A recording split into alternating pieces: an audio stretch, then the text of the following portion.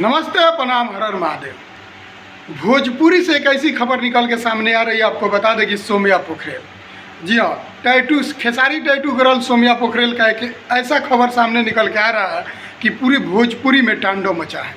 इस खलबली के कारण सोम्या पोखरेल और मीडिया में बता रही है कि हम पावर स्टार पवन सिंह जी को नहीं जानते हैं।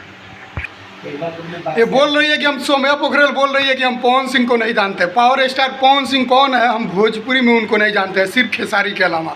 ये समझ रही है कि हम खेसारी के साथ एक काम क्या कर दिए कि अपने आप को बहुत बड़ा समझ रही है।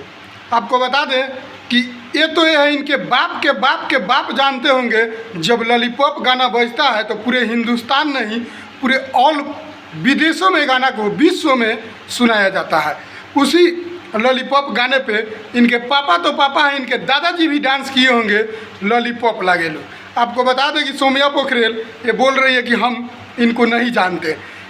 ये बहुत अच्छी तरह से जानती है कि पावर स्टार पवन सिंह जी कौन है, लेकिन एक इनका मजबूरी है कि खेसारी लाल यादव जी के साथ ये काम कर रही है। आपको बता दें कि पावर स्टार पवन सिंह जी अगर नोच के बिक दें भोजपुरी में ठेठ भाषा आपको बता रहे हैं, तो ये सोम्या पोखरेल उसी में दहाते और तरते रह जाएगी। ये माधरचोद सोम्या पोखरेल जो रंडी की औलाद है, समझ रही है कि हम बहुत बड़े सुपर स्टार हो गए हैं क्योंकि एक भोजपुरी में एक काम क्या कर दी।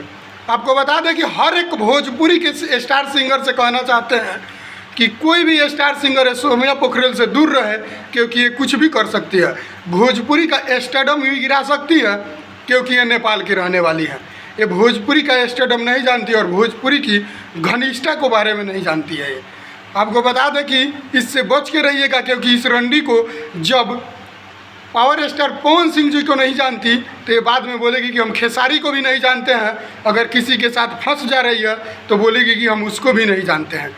तो इनसे बच के रहिए और इनको बातों पर ध्यान मत दीजिए और पवन सिंह स्टार का गाना सुनते रहिए और धमाल मचाते रहिए भोजपुरी में, और इस मादरचोद को बैकवर्ड कीजिए भोजपुरी इंडस्ट्री से।